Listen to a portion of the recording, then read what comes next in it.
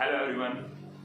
अब हम अपने कंसेप्ट को आगे बढ़ाते हैं और जो हमने लास्ट क्लास में आपने क्या टॉपिक पढ़ा था, आपको ध्यान होगा कि मैंने आपको बताया कि जब हम रिडम्पशन आप कर रहे हैं, लेकिन रिडम्पशन कैसे कर रहे हैं, ओन डिबेंचर्स को परचेज करके ओपन मार्केट में आप परचेज कर रहे हैं, उसका रिडम्पशन कर रहे हैं डिबेंचर्स का। लेकिन वहां पे मैंने आपको कहा कि आपका भी एक ही क्वेश्चन बनेगा क्योंकि वहां पे लिस्टेड कंपनी था। अब जो अगला क्वेश्चन जो मैं आपको कराऊंगा उसमें अनलिस्टेड की बात आ रही है और अनलिस्टेड कंपनी के लिए डीआरआर का कंसेप्ट है। वो कैसे है, सबसे पहले हम डीआरआर की बात कर लेते हैं। एक बात और, जो प्लस 2 में आप पढ़ के आए थे वहां पे डीआरआर के कंसेप्ट पे थोड़ी सी बात की जाए तो आपको ध्यान होगा, जब हम आउट ऑफ प्रॉफिट रिडम्पशन करते थे तो 100% of the face value of debenture issued 100% of the face value of debenture issued DRR बनता था। और अगर आउट ऑफ कैपिटल करते थे तो 25% ऑफ द किसका face value of debenture issued, ये था कंसेप्ट। अब क्या कंसेप्ट है कि ना आपको सिर्फ 10% डीआरआर बनाना है of face value of debenture issued, 10% only 10% of the face value of debenture issued. और वो भी आगे फर्दर बात बताता हूं कि कब किस केस में बनाना है। पहले आपको ध्यान होगा 12th में कि बैंकिंग कंपनीज के लिए नहीं था, फाइनेंशियल इंस्टीट्यूशन के लिए, नेशनल हाउसिंग बैंक्स वगैरह के लिए, तो इनके लिए कुछ बता रखा था कि इनके लिए डीआरआर रिक्वायर्ड नहीं है। अब इन्होंने 10% कर दिया, लेकिन बोला कि अनलिस्टेड कंपनीज के लिए सिर्फ डीआरआर रिक्वायर्ड है। उसको क्लासिफाई कैसे करें? बुक ने जैसे भी बता रखा है, स्टडी मैटर ने जैसे भी बता रखा है, लॉ ने जैसे भी बता रखा है, मैंने उसको सिंप्लीफाई करके बोर्ड पे लिख दिया है। मैंने बस उसका डिस्कशन करना है, ठीक है। अब आगे ये भी डिस्कस करूंगा कि 10% कब है, लेकिन इससे पहले एक बात और कर ली जाए। जिस कंपनी को पहले क्या कहा जाता था, जिस कंपनी को डीआरआर बनाना है उसको डीआरआई भी बनाना पड़ेगा, डिबेंचर रिडेम्पशन इन्वेस्टमेंट। इसको डीआरआरआई भी बोल देते हैं, डिबेंचर रिडेम्पशन रिजर्व इन्वेस्टमेंट। जो आपने डिबेंचर रिडेम्पशन रिजर्व बनाया था उसी को आगे इन्वेस्ट कर देंगे। लेकिन हर केस में मैं उसको डीआरआई नहीं बोल सकता ना। देखो क्या है नया कंसेप्ट। पहले क्या था, every company which is required to create DRR, वो कंपनी जिसको डीआरआर बनाने की जरूरत है, shall be required to create DRI, sorry invest in DRI. मतलब आपको कहीं ना कहीं इन्वेस्टमेंट परचेज करनी पड़ेगी, वो भी 30th डेट अप्रैल की। जिस साल आपके फाइनेंशियल ईयर में आपका रिडम्पशन होना है, उस साल की 30 अप्रैल या उससे पहले, ऑन और बिफोर, आपको 15% of debentures to be redeemed, जितने डिबेंचर आपने रिडीम करने हैं उतना पैसा आपको इन्वेस्ट करना पड़ता था डीआरआई के अंदर। देखो बात दोनों समझे।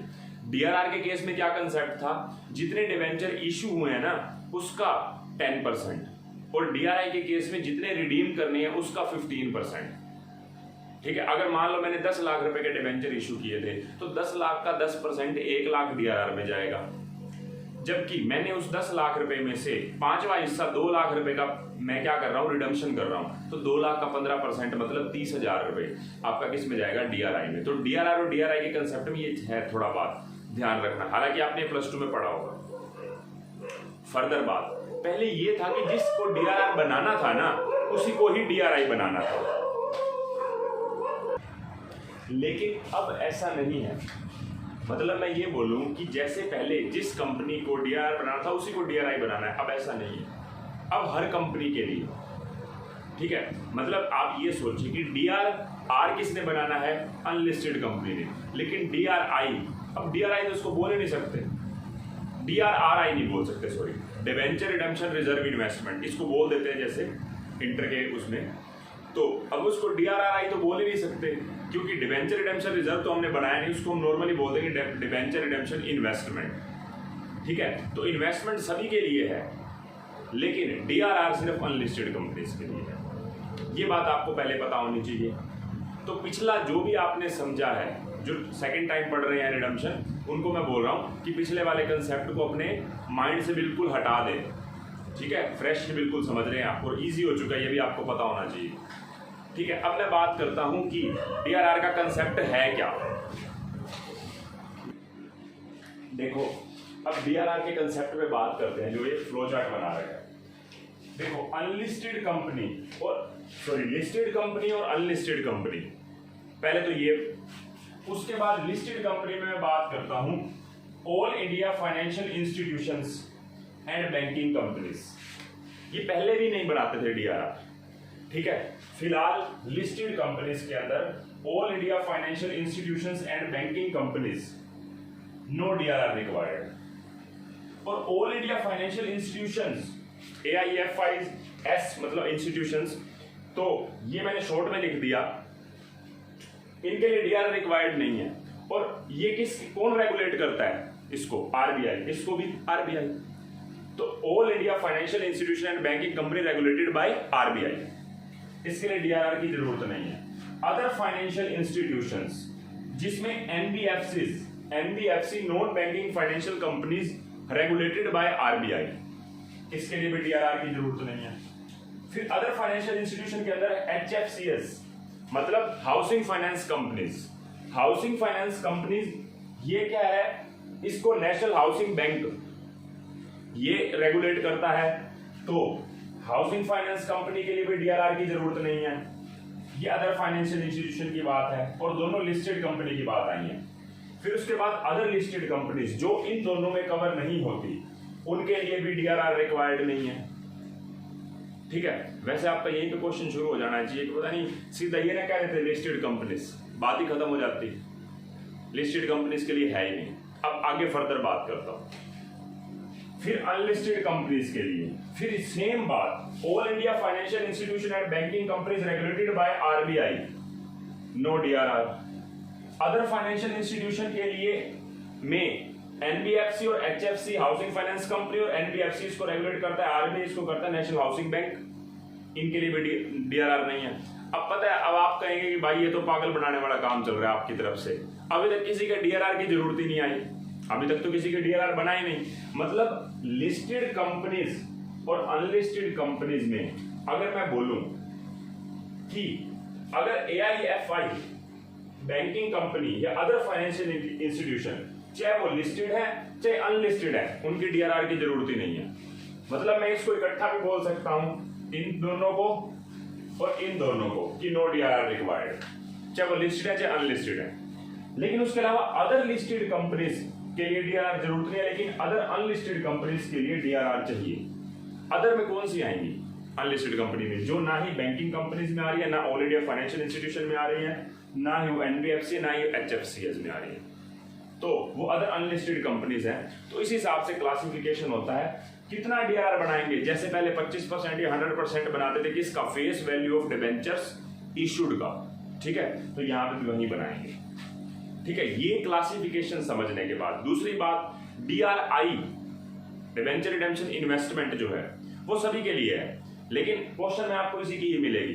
तो DRRI debenture redemption reserve investment जो होगी वो 15% करनी है। 15% करनी है किसका? 15% जितने आपके डिबेंचर रिडीम हो रहे हैं उसका, ठीक है। तो ये बात ध्यान रखनी है आपने। देखो बच्चों, अब हम प्रैक्टिस क्वेश्चन नंबर 3 कर रहे हैं। प्रैक्टिस क्वेश्चन नंबर 3 एक बार निकालो।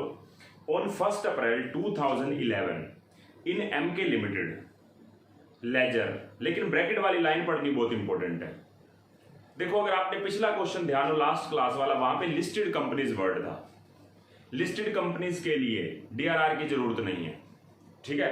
और पूरा स्टडी मैट जो है ना, कहीं पे भी जहां पे डीआरआर का है ना, वहीं पे डीआरआई को ले रहा है।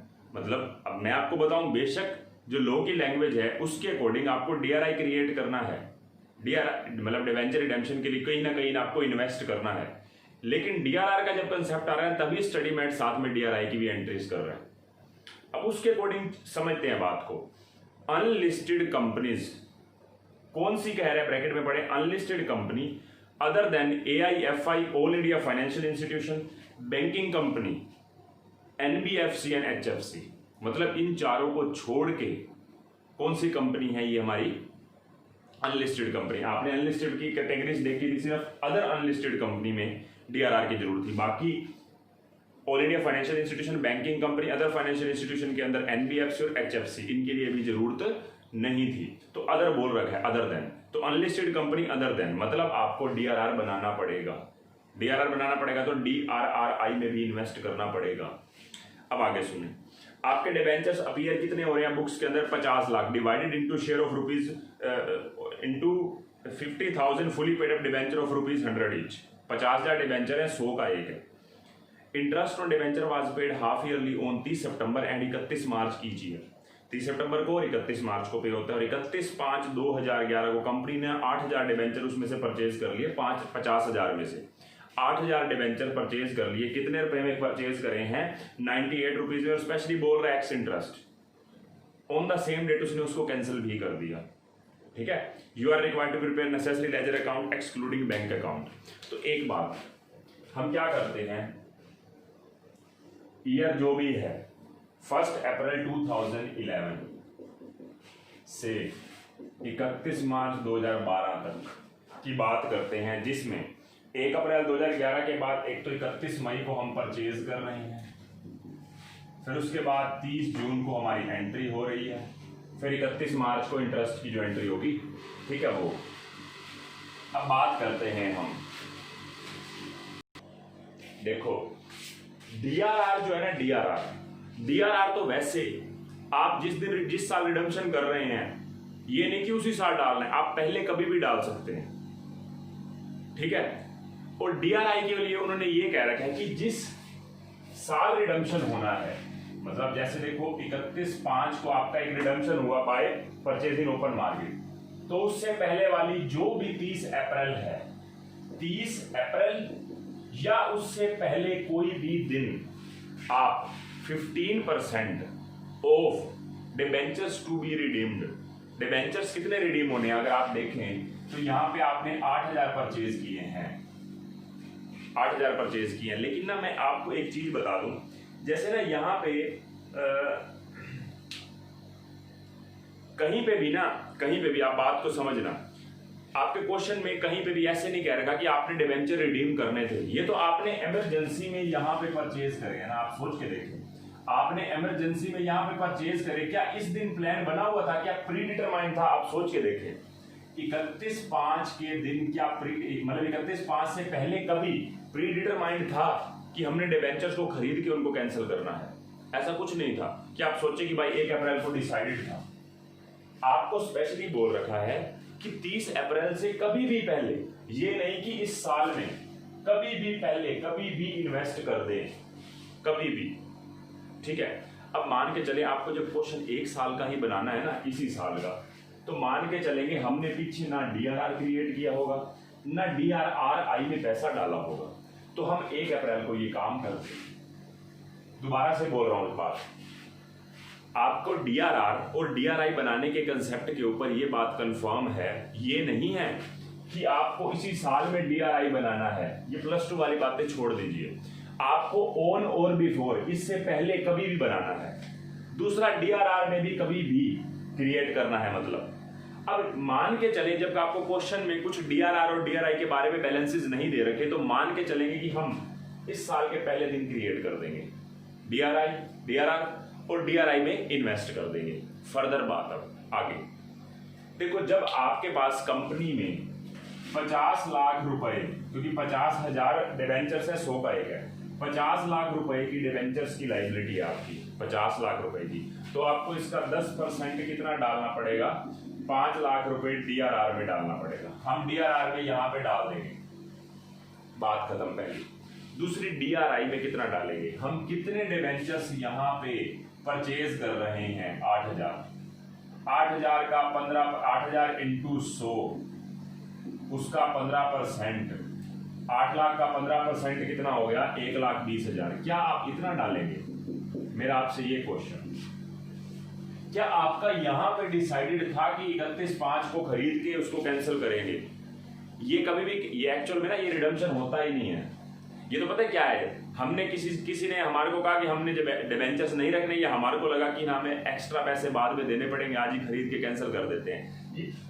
ये रिडम्पशन की वैसे जो उस पर लिखा हुआ था डिबेंचर के ऊपर, जो सर्टिफिकेट था उस पर नहीं लिखा हुआ था कि हाँ इस दिन हम वो कर देंगे, रिडीम कर देंगे। ये तो इमरजेंसी में हो गया सो हो गया।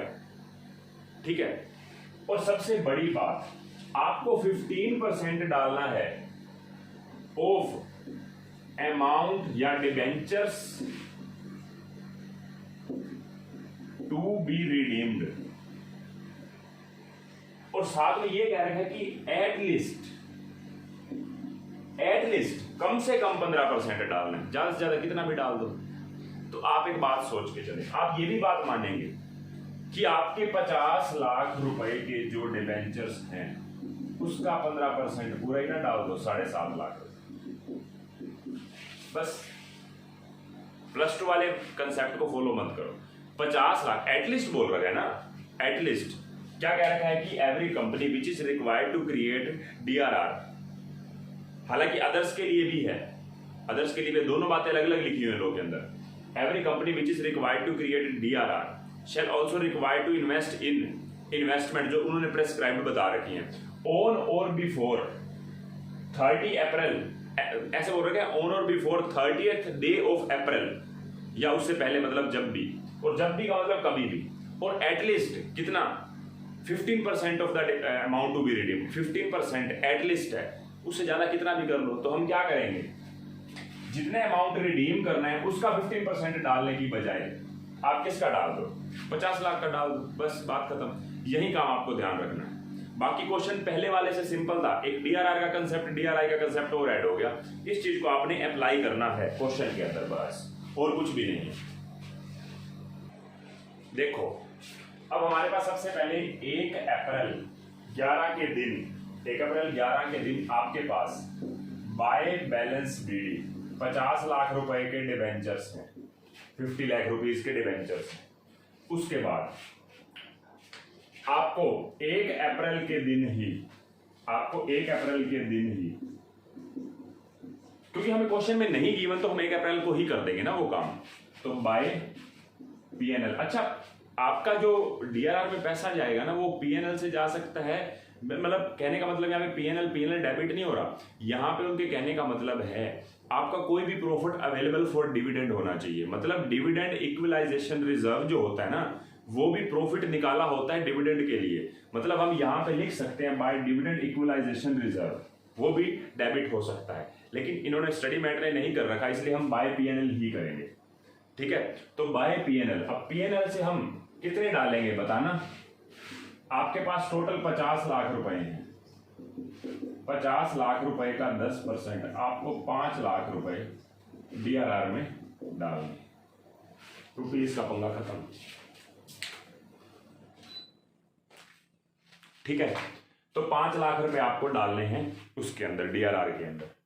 अब अच्छा, इसके बाद बात आती है, और इसी दिन 1/4/11 के दिन टू बैंक, मैंने आपको पहले ही बताया है कि आप ज्यादा कितना भी डाल सकते हैं, एटलीस्ट की सिचुएशन थी। हम क्या करते हैं, टोटल जो आपके पास 50 लाख है उसी का 15% डाल देते हैं, 7.5 लाख रुपए, 7.5 लाख। ठीक है, ये हमने पहले दिन। अच्छा, ऐसा नहीं है कि ये तो हमें बैलेंसेस गिवन नहीं थे, हो सकता है पहले से भी बैलेंस डला पड़ा होता, बैलेंस गिवन होता तो, और ये भी पहले से इन्वेस्ट हो गया होता। ठीक है, अब आगे बात आती है, हमने ना क्या किया है, ओन डिबेंचर खरीद लिए 31/5 को, कितने, 8,000, टू बैंक 8,000 इंटू 98, मतलब हमने किस में खरीदे हैं, ये हमने एक्स इंटरेस्ट क्वेश्चन में बोल रखा है, तो 8,000 इंटू 98 आ जाएगा हमारा 7,84,000 रुपए, मतलब 8 लाख रुपए के डिबेंचर्स को हमने 7,84,000 रुपए में खरीदा, तो प्रॉफिट ऑन कैंसलेशन कितना आ गया, 16,000 रुपए, 16,000 रुपए हमारा आ गया। ये भी 31/5 के दिन, 31/5 के दिन जब हमने खरीदे थे तो उस दिन, इससे पहले इंटरेस्ट कब जाता था, अगर आप क्वेश्चन में देखें तो इंटरेस्ट कब जाता है, इंटरेस्ट जाता है आपका 31 मार्च और 30 सितंबर को, तो 31 मार्च के बाद 31 मई तक 2 महीने का इंटरेस्ट भी तो दिया होगा हमने उनको, 2 महीने का इंटरेस्ट भी देंगे, तो कितने के ऊपर, 8 लाख के ऊपर, रेट कितना है, 8 लाख के ऊपर, रेट भी नहीं पता ना, एक तो निकालना पड़ेगा नीचे से, हाँ, तो 8 लाख के ऊपर आपका ये रेट है 9%, डिबेंचर्स है 9%, तो 8 लाख का 9% 31/5 के दिन और 2/12, तो 8 लाख का 9% आ गया 72,000, 72,000 का 1/6 आ जाएगा 12,000। ठीक है, तो 31/5 तक का हमने उसको 2 महीने का इंटरेस्ट दे दिया जिससे हमने डिवेंचर्स खरीदे थे। उसके बाद देखो, जिस दिन हमने खरीद के डिवेंचर्स तो पे का इंटरेस्ट तो पे कर दिया, जिस दिन खरीदे कैंसिल किया उसी दिन ही उतना पोर्शन हम डीआरआर से किसमें डाल देंगे, जनरल रिजर्व में। आपका ये स्पेसिफिक रिजर्व है, आपने पीएनएल से या डिविडेंड इक्वलाइजेशन रिजर्व से एक स्पेसिफिक रिजर्व क्रिएट किया है और उसमें से कुछ स्पेसिफिक पोर्शन की बर्डन हमारी कम हो गई है। 50 लाख रुपए में से 8 लाख रुपए का बर्डन कम हो गया है। हमने 50 लाख रुपए का 10% 5 लाख रुपए डीआरआर में डाले थे, जिसमें से 8 लाख रुपए का 10% वापस निकाल के फ्री रिजर्व में डाल देते हैं, क्योंकि अब हमारा उतने का रिडम्पशन हो चुका है। तो डीआरआर में कितने डालेंगे, 8 लाख का 10% 80,000 रुपए। तो एक 4 में ये हो जाएगा 31/5/11 को, तो 31/3/12 के दिन टू बैलेंस सीडी आ जाएगा आपका 4,20,000 रुपये। 4,20,000 रुपये हमारे बकाया पड़े हैं अभी भी। सेम हमने जो इन्वेस्ट किया था 1/4/11 को, जिस दिन रिडम्पशन हो रहा है हम उस दिन बाय बैंक उतना पोर्शन हम बेच देंगे। हमने 50 लाख का 15% लगाया था, इसमें से 8 लाख का 15%, तो कितना 1,20,000 रुपए को हम सेल कर देंगे। तो बाकी हमारे पास कितने रुपए रह गए, बाय बैलेंस सीडी 750 में से 1,20 गया तो 6,30,000 रुपये। ये हमारे पास अभी भी इन्वेस्टमेंट पड़ी हुई है। ये अकाउंट भी हो गया, ये भी हो गया, तो हमारा क्लोजिंग बैलेंस किसका बच गया, 42 लाख 31/3/12 के दिन। अब सबसे बड़ी बात इंटरेस्ट की आती है। सबसे पहला इंटरेस्ट हमारा जाएगा 30 सितंबर को, कितना जाएगा बताओगे, 50 लाख के डिवेंचर्स में से 8 लाख के डिवेंचर्स तो गए, अब रह गए हमारे 42 लाख की। 42 लाख के ऊपर 9% और 6/12। फिर दोबारा से 31/3/12 को फिर से 2 बैंक, वहीं 42 लाख के ऊपर 9% इंटू 6/12। ये आपका, तो इससे आपका पीएनएल का अमाउंट निकल के आ जाएगा बाय एसपीएल बैलेंसिंग फिगर, जो भी ये निकल के आएगा 1,89,000 रुपीज और 1,89,000 रुपीज। तो ये हमारे पास टोटल हो जाएगा। ये कर लेते हैं 189 और 244 माइनस 22 378 प्लस 12 390 आपका बैलेंसिंग फिगर आएगा जो पीएनएल में चला जाएगा। आपका ये क्वेश्चन था जिसमें ये पोर्शन आपने पहले ही किया पिछले क्वेश्चन में। हालांकि अगर सिर्फ यही पोर्शन करना पड़ता था कितना आसान क्वेश्चन था, क्योंकि देखा जाए तो आपने एक ही बारी तो खरीदे ऑन डिवेंचर, वहां पे 3 बारी खरीदे थे, तो ये क्वेश्चन उससे इजी है। सिर्फ बात ये थी कि वो आ गई थी अनलिस्टेड कंपनीज, तो उसमें आपको ये डीआरआर और डीआरआरआई को अलग से और देखना पड़ा बस। तो ये आपका क्वेश्चन था, क्वेश्चन नंबर 3। तो इसके बाद देखो बच्चों, अब हम स्टडी मटेरियल का 5th क्वेश्चन कर रहे हैं। स्टडी मटेरियल का 5th क्वेश्चन एक बार ही पढ़ते हैं। The summarised balance sheet of B company limited, unlisted कंपनियां हैं other than AFI, AIFI, banking company, NBFC and HFC, मतलब वो चारों मैंने आपको जो बात बताई थी, मतलब इसके लिए डीआरआर की जरूरत है। As on 31 March 2011 is as under. आपको बैलेंस शीट दे रखी है। बैलेंस शीट के बाद ना आपको 3 बातें दे रखी है। मान के चलो कि 3 अलग अलग पॉइंट हैं। एक तो राइट शेयर्स का, एग्जिस्टिंग शेयर होल्डर को जो राइट दिया जाता है खरीद लो। दूसरा बोनस का कंसेप्ट है इसके अंदर, जो आप बोनस शेयर्स आप ऑलरेडी पढ़ चुके हो। तीसरा उसके बाद है रिडम्पशन का। ठीक है, बिल्कुल तीनों बिल्कुल सिंपल क्वेश्चन है, कुछ मुश्किल नहीं होगी। सबसे पहले हम पहला पॉइंट पढ़ते हैं, क्या कह रहे हैं। पहले पॉइंट में कह रहे हैं to give existing shareholder the option to purchase ₹10 share at ₹15 for every 4 share. हर 4 के बदले में 1 शेयर दे रहे हैं। पहले तो ये देखो कि कंपनी के अंदर कितने शेयर्स हैं। अगर इशूड एंड सब्सक्राइब देखे जाए तो 20,000 इक्विटी शेयर्स हैं और हर 4 के बदले में एक, मतलब 20,000 का 1/4 करो तो 5,000 शेयर्स। 5,000 शेयर्स दिए जा रहे हैं 10 रुपये वाले को 15 में, मतलब 5 रुपये सिक्योरिटी प्रीमियम है, ठीक है। और प्रायर टू बोनस डिस्ट्रीब्यूशन से पहले दिए जा रहे हैं। The option was taken up by all the share holder, सभी ने एक्सेप्ट कर लिया। तो पहली एंट्री हमारी होगी bank account debit to share capital, मतलब शॉर्ट लगा सकते हो, नहीं तो एप्लीकेशन वाला कर लेना जैसे ठीक लगे। इक्विटी शेयर कैपिटल और टू सिक्योरिटी प्रीमियम। 20,000 के बदले में 1/4 कर रहा हूँ, हर 4 के बदले में एक, तो 5,000 इंटू 5 यहाँ पे 25,000 और 5,000 इंटू 10 50,000 रुपये उसमें, तो टोटल हो जाएंगे 75,000 being equity shares issued to existing shareholders, ठीक है। उसके बाद बोनस का कंसेप्ट है, कह रहा बोनस देना हर 5 के बदले में एक। ऑलरेडी हमारे पास 20,000 शेयर्स थे, 5,000 ये राइट से आए, तो टोटल 25,000 हो गया। तो 25,000 मतलब हर 5 के बदले में एक, तो 25,000 डिवाइड बाय 5, 5,000 शेयर्स दे रहे हैं हम, किसमें बोनस में दे रहे हैं। तो 5,000 शेयर्स हमारे पास ना क्वेश्चन के अंदर पहले हम सिक्योरिटी प्रीमियम का यूज़ कर लेते हैं जो हमारे पास अभी आया है। तो एक चीज़ देखिए, to bonus to shareholders, पहले ड्यू करेंगे 5,000 शेयर्स इंटू 5,000 ही दिए जा रहे हैं ना, एक सेकेंड, कितने हैं, हाँ 5,000 है, क्योंकि हर 5 के बदले में एक तो 25,000 थे डिवाइड बाय 5, तो 5,000 इंटू 10 50,000, जिसमें से पहले सिक्योरिटी प्रीमियम यूज़ कर लेते हैं 25,000 रुपये जो यहाँ से आया, और बाकी से P&L अकाउंट डेबिट कर लेते हैं 25,000, ठीक है। तो P&L अकाउंट हम डेबिट कर लेते हैं। तो इसके बाद अगली एंट्री क्या होगी,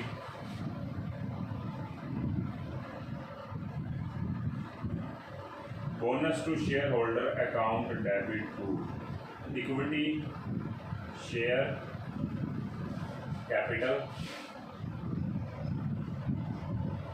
50,000 being bonus shares due and bonus shares issue, ठीक है।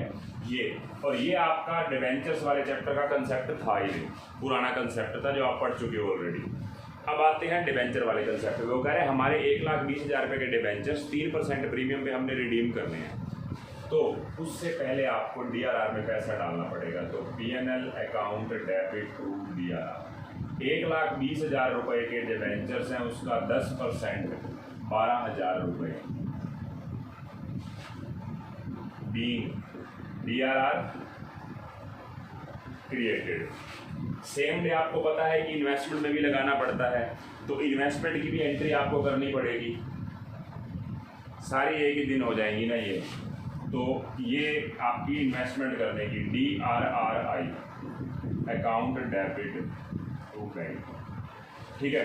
तो ये हमारी कितनी बन रही है DRRI, कितने रुपए अमाउंट है हमारा, तो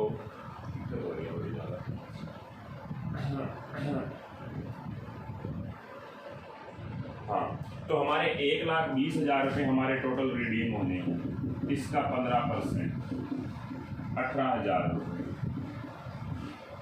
फिर हम अगली एंट्री क्या करेंगे, डिबेंचर्स को डेबिट करने की। डिबेंचर्स अकाउंट डेबिट कितने रुपए थे हमारे, 12%, तो 12% डिबेंचर्स डेबिट 1,20,000 रुपये, क्योंकि हम उसको 3% प्रीमियम पे रिडीम कर रहे हैं। तो premium on redemption of debentures debit, ठीक है। तो कितना है 3%, 1,20,000 रुपये का 3% होता है 3,600 रुपये। तो टू डिबेंचर्स होल्डर्स 1,23,600 रुपये। देखो ये क्वेश्चन एक अलग था, ये एक अलग क्वेश्चन था, मिक्स मत करना। ये आप रिडम्पशन से पहले DRR क्रिएट कर रहे हो, DRI खरीद रहे हो, DRRI, उसके बाद ड्यू कर दिए, जिस दिन ड्यू कर दिए उसका जो प्रीमियम है वो P&L से चार्ज होगा। आपके नोट्स में भी लिखी हुई है ये बात, तो आप चार्ज करेंगे इसको P&L से। तो SPL account debit to premium on redemption of debentures, कितने रुपए? 3600 रुपये। जो आपका प्रीमियम और रिडम्पशन ऑफ डिबेंचर है उसको हम P&L से चार्ज कर देंगे। ठीक है, ये कंसेप्ट है। अब देखो, डिबेंचर होल्डर्स को जब आप पैसे देंगे, जैसे ही पैसे दे दिए जाएंगे तो जनरल रिजर्व में पैसा चला जाएगा DRR का, और जिस दिन आपने रिडम्पशन करना होता है ना, उससे पहले आपको इन्वेस्टमेंट को बेचना पड़ता है, क्योंकि क्वेश्चन में डेट के बारे में डिस्कस नहीं करा वो, इसलिए आप कंफ्यूजन में रहेंगे। प्रैक्टिकली देखा जाए तो आप इसको पहले बेचेंगे। अब ये नहीं है कि सेम डे खरीदा है, ये कभी पहले खरीद ली होगी, डेट का हमें नहीं पता ना। तो bank account debit to DRRI, हमने इन्वेस्टमेंट बेच दी, रिडम्पशन से पहले बेचना पड़ता है, बेच दी तो उसके बाद हमारी एंट्री हो जाएगी debenture holders account debit to bank 1,23,600।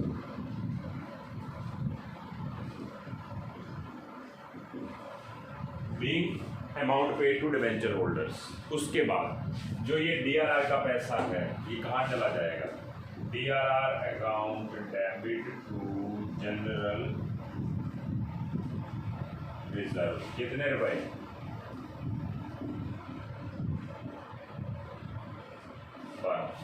बस। ठीक है, तो आपका कुछ मुश्किल नहीं था इस क्वेश्चन के अंदर, मतलब ऐसा कुछ मुश्किल कॉम्प्लेक्स हम कह नहीं सकते, कुछ था, सिंपल सा क्वेश्चन था। ठीक है, तो ये क्वेश्चन आपका हो जाना चाहिए। तो अब हम ना देखो, आपके अभी तक जो कंसेप्ट हुआ है, कंसेप्ट ये आपको बताऊं, ये एक्स्ट्रा क्वेश्चन था एक हिसाब से।